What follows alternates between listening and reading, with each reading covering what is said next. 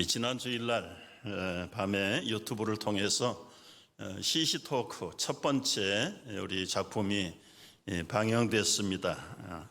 셀레나 리라고 하는 젊은 여성의 지나온 삶에 대한 진솔한 고백들을 나눴습니다. MIT 경영학을 공부하고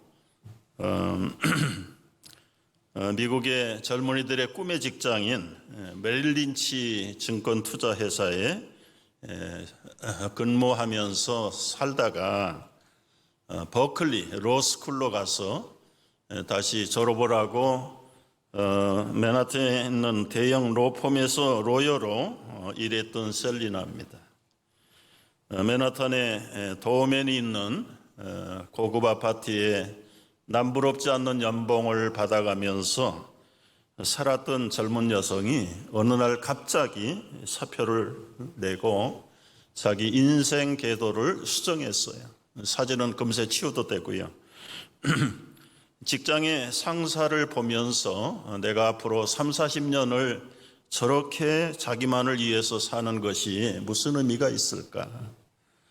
나 혼자 성공하는 것보다 다른 사람들과 함께 잘 살 수 있는 보람 있는 일을 하고 싶었다. 이게 자기의 어릴 때부터의 기도의 제목이었다. 그래서 사표를 내던지고 소위 말하는 맨 땅에 헤딩을 해서 지금 유명해진 우리 코리안 아메리칸 젊은이들을 찾아다닌 거예요. 스스로가 팟캐스터가 돼서 그들의 인생, 그들의 성공담, 그래서 그들의 모든 이야기들을 발굴하고 인터뷰하고 영상을 만들어서 세계의 젊은이들에게 같이 도전을 하고 하면 할 수 있다, 얼마든지 될 수 있다는 꿈을 실현할 수 있는 셀리나 리와 함께 당신의 꿈을 펼치세요. 그래서 책을 저술하고 지금 현재는 세계 60여 나라의 TV 방송에서 이 셀레나 리의 꿈을 찾으세요라는 이 팟캐스트의 작품들을 방영하고 있는 것입니다. 참 긍정적이고 밝은 성격이 굉장히 좋아 보였고요. 이제 3월에 우리의 시시토크에 초청 강사는 누굴까 궁금해져요. 수미 킴이라고 하는 여성입니다. 이분도 지금 현재는 그레이스 몰 파운데이션의 공동대표로 계시는 분인데, 이 재단을 잘 모르지만 여러분, 이 그레이스 앤 몰시의 재단의 자산이 4억 9,200만 불이 있어요. 이 4억 9,200만 불은 앞으로 버는 게 아니고 쓰는 돈이에요. 쓸 거예요. 물론 이익을 발생해서 더 많은 것을 쓰겠지만은요, 그것만 봐도 야, 대단한 재단이구나. 근데 이 수미 킴도 골드만삭스의 부회장이었습니다. 그런데 그레이스 앤 멀시 파운데이션의 지금 공동대표로 픽업을 받으셨어요. 이분도 한결같이 우리 가정에서 성장했던 우리 2세들 중에 한 분이세요. 미국에서 어려서 부모 따라 이민 왔고, 그리고 교육을 받았고, 한인교회 댕겼고, 꿈을 키우면서 오늘의 자신들의 입지를 개척해서 남들이 쉽지 못하게 얻는, 어렵게 얻는 그런 자리를 얻었지만, 그러나 중간중간에 변신을 합니다. 정말 내게 주신 하나님의 부르심, 하나님의 꿈을 어떻게 이루어 드릴 수 있을 것인가. 우리 3월 마지막 주일 기대하시기 바라고 지금 한참 기획 중에 있습니다. 오늘 이 시간에는 우리 스스로가 팟캐스트가 돼서 2600년 전에 있었던 전쟁 포로민 출신의 소년 한 사람, 그 인생을 추적해 보도록 하겠습니다. 이 소년은 자기 나라에서 귀족의 자녀로 태어났어요. 미래의 지도자 훈련을 받던 중에 바벨론이 예루살렘을 침공하면서 전쟁 포로로 잡아가는 어린 소년 중에 한 사람이었습니다. 뛰어난 지혜, 탁월한 능력, 나중에는 바벨론 전역을 다스리는 제2인자의 삶을 살아요.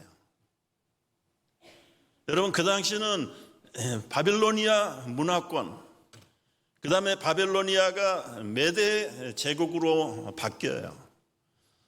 메대 제국도 페르시아 제국으로 맥힙니다. 제국이 3번 바뀌는데 7왕을 모시는 사람, 우리 인류 역사 정치학에서 전무후무한 이 사람 누굴까요? 그 이름 다니엘입니다. 다니엘. 90세가 되도록, 여러분, 왕은 대표고 실세는 다니엘이 90세가 되도록 제국이 3번 바뀌었는데 7왕이 바뀌면서도 그는 총리의 자리를 유지하고 있었던. 성경에는 4사람의 왕밖에 이름이 나오지 않지만 일반 역사에 보면 7사람의 왕을 자기가 실권을 가지고 움직일 수 있는 그 능력 중에 출중한 전설 같은 이 다니엘의 능력은 어디에서 온 것일까? 우리가 함께 오늘 말씀을 통해서 그 비결을 추적해 보려고 합니다. 첫째는 어려서부터 의식화, 차별화 교육을 받았습니다. 오늘 1장 3절 4절에 보면은 말씀드린 대로 다니엘은 이스라엘의 귀족의 아들로 태어났다. 흠이 없었고 영모도 출중했다. 지혜와 학문에도 익숙한 엘리트 소년이었습니다. 그러나 불행하게도 적국의 포로가 되어서 바벨론 왕궁에 끌려가서 역시 거기서도 의식화 교육을 받아요. 특수 교육을 받습니다. 왕이 베푸는 음식만 먹어야 됐고 왕궁에서 시중 드는 엘리트 교육을 3년 기간으로 받습니다. 타민족 중에 천재들을 뽑아서 자기 민족의 동질화를 시키는 거예요. 의식화를 바꾸는 겁니다. 민족성, 정체성을 바꿔버리는 그런 훈련이 지금 다니엘과 새 친구들 뿐이겠습니까? 또 다른 많은 어린 천재 소년들 속에서 특수반에 픽업을 받아서 훈련을 받고 있는 중에 있습니다. 그럼에도 불구하고 다니엘은 이런 엘리트 코스 훈련에 제동을 겁니다. 오늘 8절에 보면은 다니엘은 뜻을 정하여 왕의 음식과 그가 마시는 포도주로 자기를 더럽히지 아니하리라 하고 자기를 더럽히지 아니하도록 환관정에게 구하니. 여러분, 여기 다니엘의 경우가 우리 이민 가정의 젊은이들의 경우하고 아주 흡사한 상황입니다. 미국 세상은 온통 바벨론 문화처럼 세속화됐습니다. 음주 문화가 만연하고 있습니다. 이제는 마리화나까지 자율화가 됐습니다. 참 많은 걱정이 앞섭니다.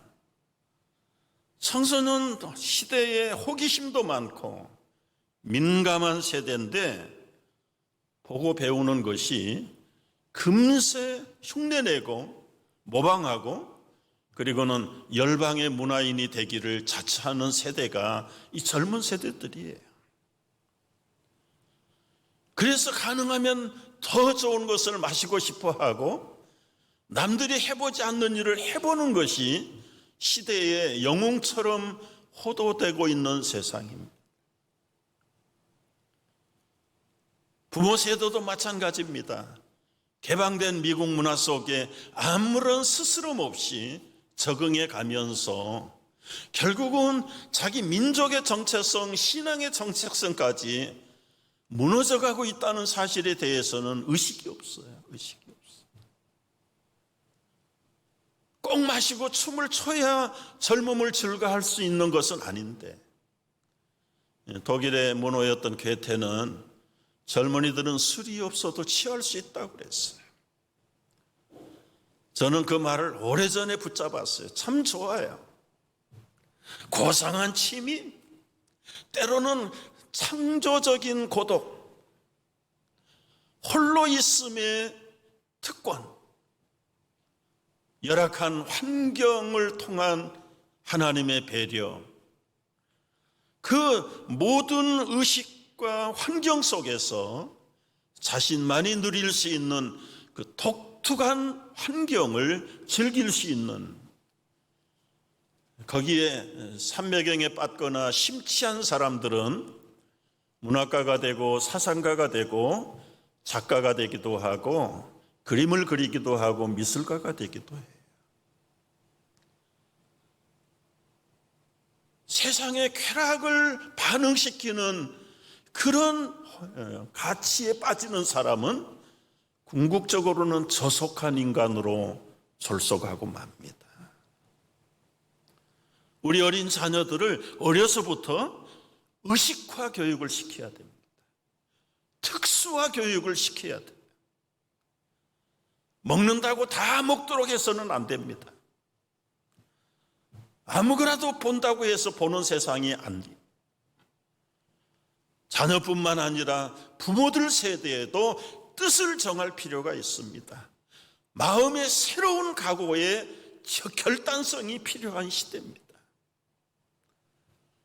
세상은 너무나 거친 타락의 탕류가 휩쓸려 오는데 뜻을 정하지 않으면 휩쓸려 가버립니다. 떠내려가 버립니다.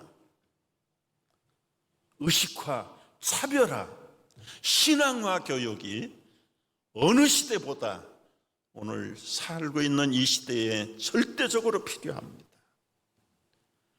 거룩한 생활을 의식화시켜야 합니다. 성결과 순결로 무장하도록 의식화를 시켜야 됩니다. 의식화를. 부모도 본을 보이면서 요즘 세상은 너무 기독교인들이 변장술에 능하다는 말들이 있어요. 카멜레온 같아요. 믿는 곳에 가면 믿는 사람인데 안 믿는 세상에 가면 안 믿는 사람으로 변장을 해버리는, 누구보다 맨 먼저 이것을 캐치하고 닮아가는 사람이 우리 가정의 자녀들이라는 사실을 잊어버리면 안 되는 거예요. 포도주로 자기를 더럽히지 않겠다. 더럽히지 않겠다. 여러분, 포도주를 먹는다고 더러워지는 것일까요? 아니에요. 유다 땅에 있을 때도 포도주 먹었어요. 물이 귀한 지역에서는 포도주가 음료수처럼 마시게 되는 거예요. 뭐 독일의 물보다 맥주값이 싸다는 말처럼. 그러나 그들의 마음속에는 왕이 주는 진미, 고기, 결국은 우상의 재물이 굴러 들어와서 식탁에 오르는 것에 대해서 나는 이미 하나님 앞에 내 뜻을 바친 사람이다. 하나님 외에는 인정할 수 없다. 그러면서 결단을 하고 환관장에게 요청을 해요.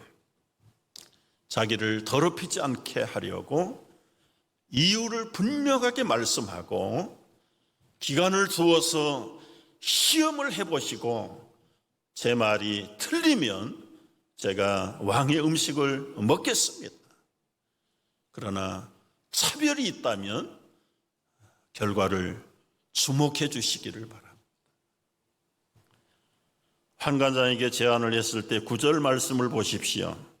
하나님이 다니엘로 하여금 환관장에게 은혜와 긍휼을 얻게 하셨다. 여러분, 믿음으로 결단하면 하나님께서 결과를 주실 줄로 분명히 믿으시기를 축복합니다. 두 번째, 다니엘은 영의 창문을 열어놓는 습관을 유지했어요. 언제나 하늘로 향한 문이 열려 있어요. 17절 말씀 보십시오. 17절 한번 같이 읽습니다.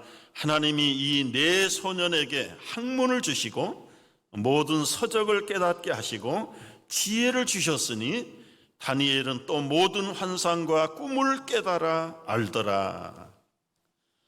우리 자녀들이 공부를 잘하기를 원하십니까?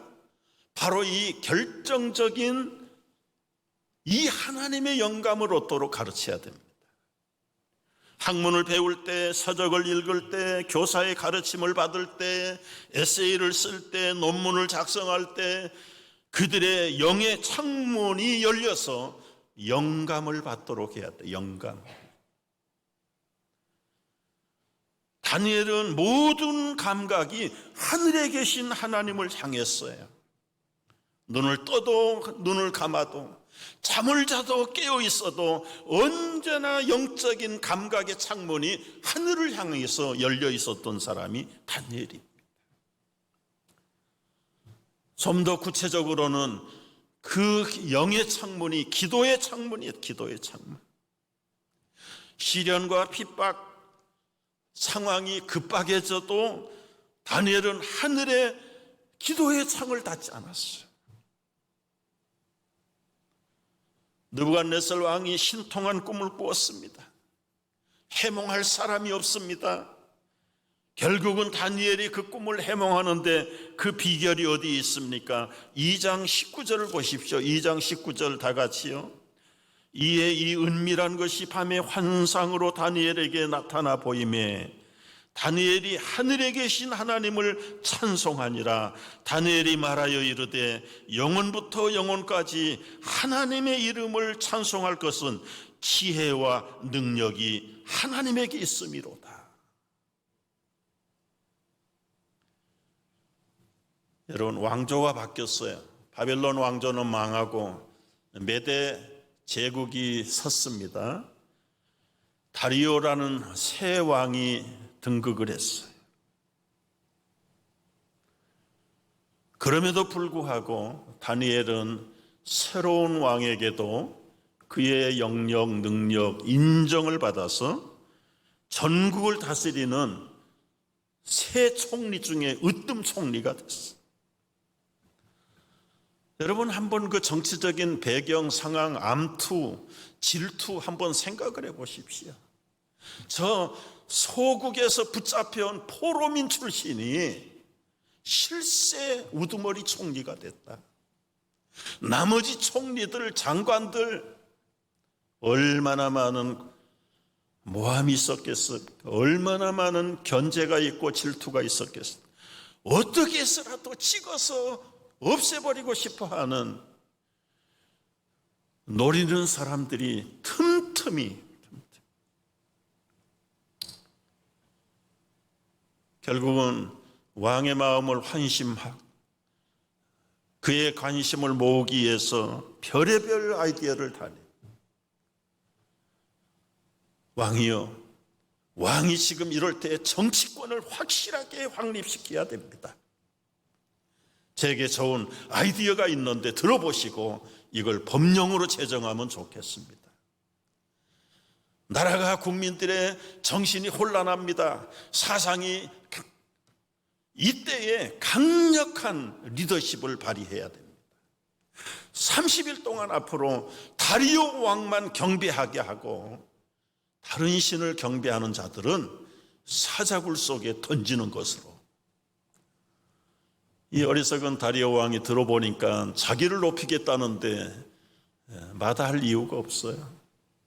그래서 헌법을 제정하고 도장을 찍은 거예요.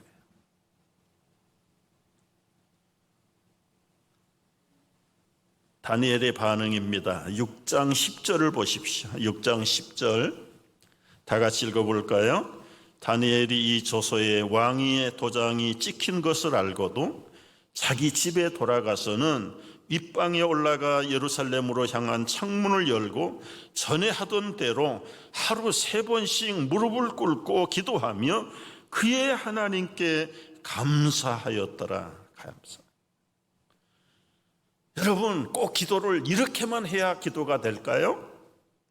적당히 처세할 수 있잖아요. 문을 닫고 기도하면 어때요? 안 들으실까요? 소리를 내야만 하나님이 들으실까요? 무릎을 꿇어야만 들으실까요? 은밀하게 중심으로 기도하면 안 들으실까요? 다 들으시죠? 들으시죠? 그럼에도 불구하고 그의 뒷조사를 추적하고 정말 망원경을 통해서라도 다윗의 결정적인 흠을 찾아내려고 하는 그 우글거리는 원수들이 목격하는 상황 속에서도 창문을 닫지 않았어요. 그가 전에 하던 대로 하루에 한 번이 아니라 3번씩 무릎을 꿇고 하나님께 기도했어요. 그건 어떤 면에서는 나 잡아가라는 거죠. 결국은 끌려갔습니다. 왕이 선포한 대로 사자굴에 던졌어요. 결과를 아시죠? 그 다음날 다리오 왕이 충성스러운 다니엘 염려가 돼서 사자굴 속에 갔는데 사자들의 입이 다 닫혔습니다. 손톱 발톱을 하나님께서 다 묶어버리셨어요. 다니엘은 사자굴에서 건강한 모습으로 나왔어요. 여러분, 난세에 충신을 알아본다는 속담이 있어요. 오늘날 미국을 비롯해서 세계 문화 구조가 다 반기독교 구조로 돌아가고 있습니다. 이런 상황 속에서 어떻게 우리의 믿음의 선한 싸움을 싸울 수 있습니까? 다니엘처럼 사자굴 속에 던짐을 받을지라도 자신의 생명도 하나님이 간장하신다는 사실을 믿고 일사각오로 싸우지 않으면 우리가 선한 싸움에서 싸울 수가 없어요. 하나님을 위해서 죽겠다고 나설 때 하나님이 그의 삶을, 그의 믿음을 책임지시고 보장하시는 줄을 믿으시기 바랍니다. 여러분, 이게 목사의 의례적인 설교가 아니에요. 이 말씀, 이 죽으면 살리라는 가치관을 가지고 기업하는 미국의 기업인들이 수두룩해요.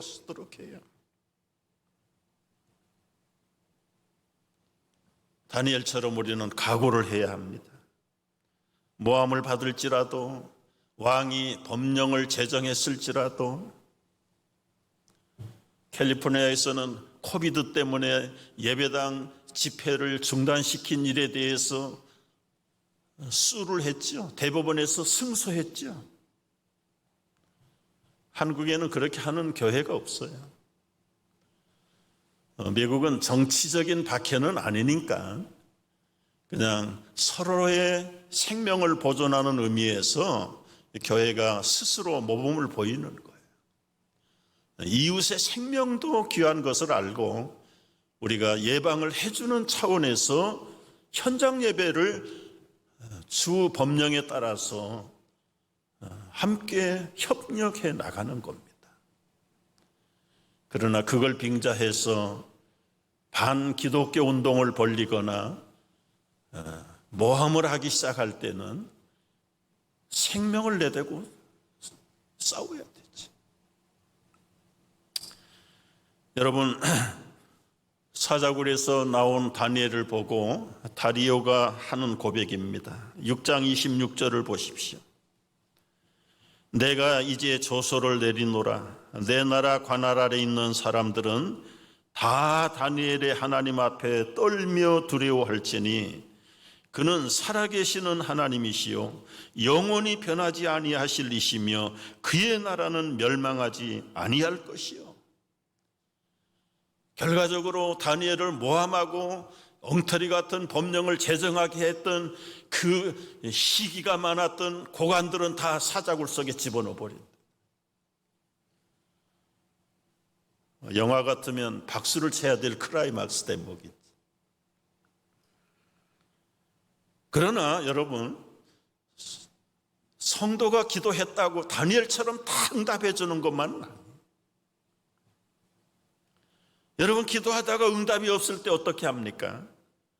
대부분 낙심합니다.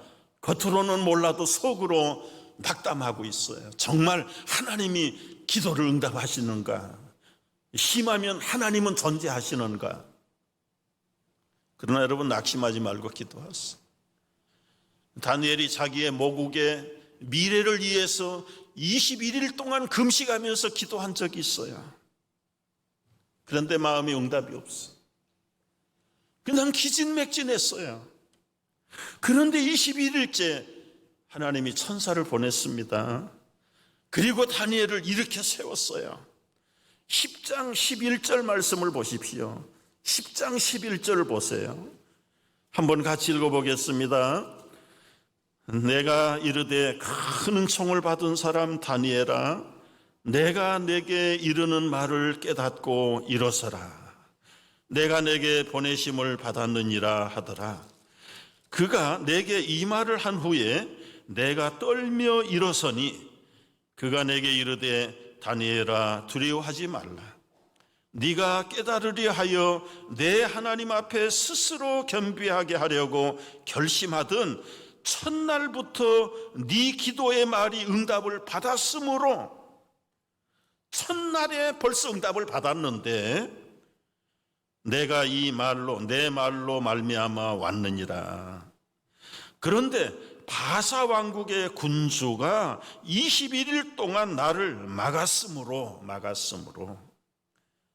내가 거기 바사 왕국의 왕들과 함께 머물러 있다가 가장 높은 군주 중 하나인 미가엘이 와서 나를 도와주므로 이제 내가 마지막 날에 내 백성이 당할 일을 내게 깨닫게 하려 왔노라.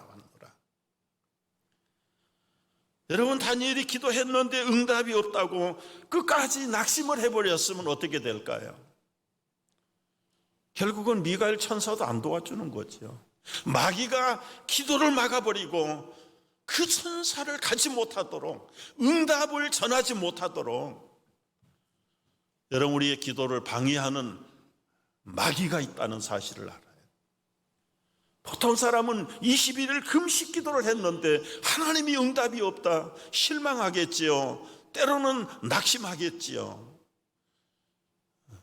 다니엘도 기진맥진되어 있을 때 미가엘이 도와주어서 이제 왔다.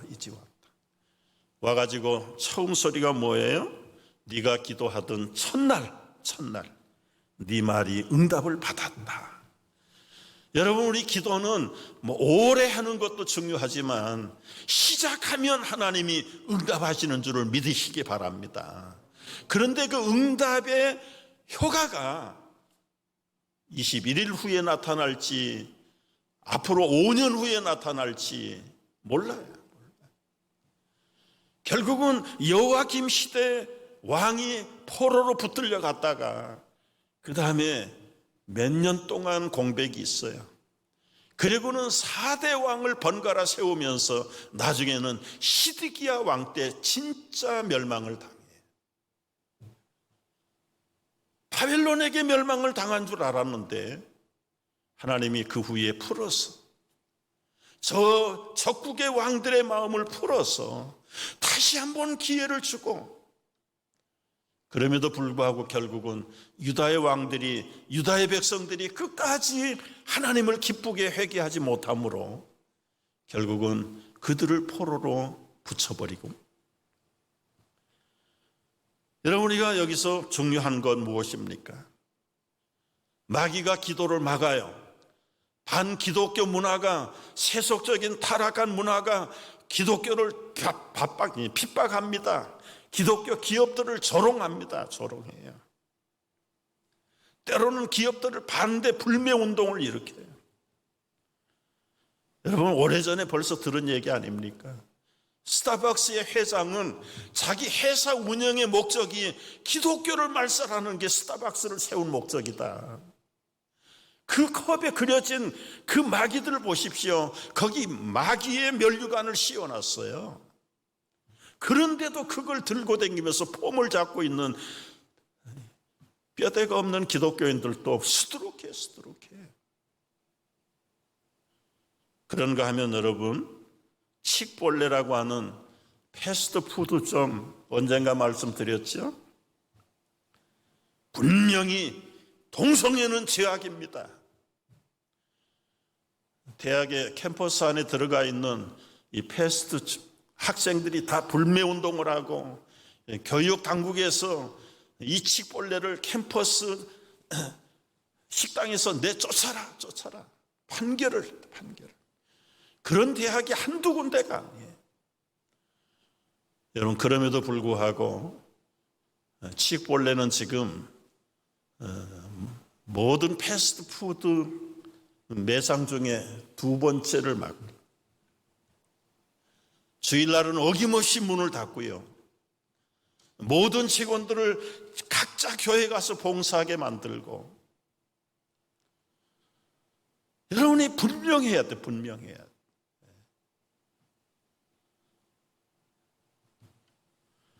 이쪽 동부에는 없지만 서부 쪽에는 인앤아웃이라는 햄버거 프랜차이즈가 있어요. 거기도 대놓고 컵 밑에 보면 요한복음 3장 16절을 써. 여러분, 예수의 이름을 풍기면 기업이 장사가 안 된다고요? 오히려 더 분명하게 하는 사람을 하나님이, 그리고 사람들이 도와요. 우리의 신앙도 그렇습니다. 신앙도 카멜처럼 변색하지 않아. 믿는 사람 틈에 끼면 믿는 사람 같고, 안 믿는 사람 쪽에 가면 불신자같이 처세하는 그 믿음은 요한계시록에서는 미지근해서 토해내버리겠다고 말씀을 하세요. 뜨겁든지 차갑든지 하라. 차라리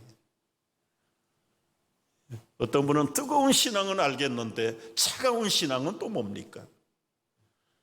여러분, 신앙은, 복음은 굉장히 차가운 면도 있어요. 내 부모를, 내 아들과 딸을 나보다 더 사랑하는 자는 나의 제자가 될 수 없다. 때로는 결단할 때 혈육도 끊는 것, 얼마나 차가운 결단입니까? 하나님이 제일 싫어하는 것, 회색을 싫어해요. 중간을 싫어해요. 미지근한 거 싫어해요. 차라리 믿든지 안 믿고 떠나가든지, 믿을 바에는 확실하게 뜻을 정하고 결단하고 결심하고 고난을 두려워하지 않고 상황을 초월해서라도 의식화된 대로, 차별화 교육을 받은 대로, 나는 만왕의 왕의 자녀다, 우리 자녀들에게도 너는 세상의 사람하고 달라, 하나님의 자녀야, 하나님의 왕자야, 하나님의 공주야. 어디를 가든지 이 영적인 프라우드한 믿음을 차별화시키고 의식화시켜서 그들이 공부를 할지라도, 책을 읽을지라도, 예술을 할지라도 하늘을 향한 영감의 창이 닫히지 않도록, 그 하나님으로부터 지혜를 얻고 영감을 얻고 인도를 받고 능력을 받는 그런 자녀들, 그런 성도들이 우리 다 될 수 있기를 축복합니다. 기도하겠습니다. 하나님 아버지, 험한 세상에 어떻게 선한 싸움으로 승리할 것인가, 오늘 다니엘처럼 싸워서 승리하기를 원합니다. 우리 자신과의 싸움에서 이길 수 있기를 원합니다. 거룩한 싸움에서 승리할 수 있기를 원합니다. 우리의 기도의 영감의 채널이 닫히지 않도록 상황 앞에 타협하지 않게 하여 주시옵소서. 고난을 감수하고라도 사자굴에 들어갈지라도 하나님의 능력을 믿고 의지하는 믿음으로 오늘 이 시대를 싸워 승리하는 우리와 우리의 모든 자녀 세대가 되게 하여 주시옵소서. 예수님의 이름으로 기도하옵나이다. 아멘.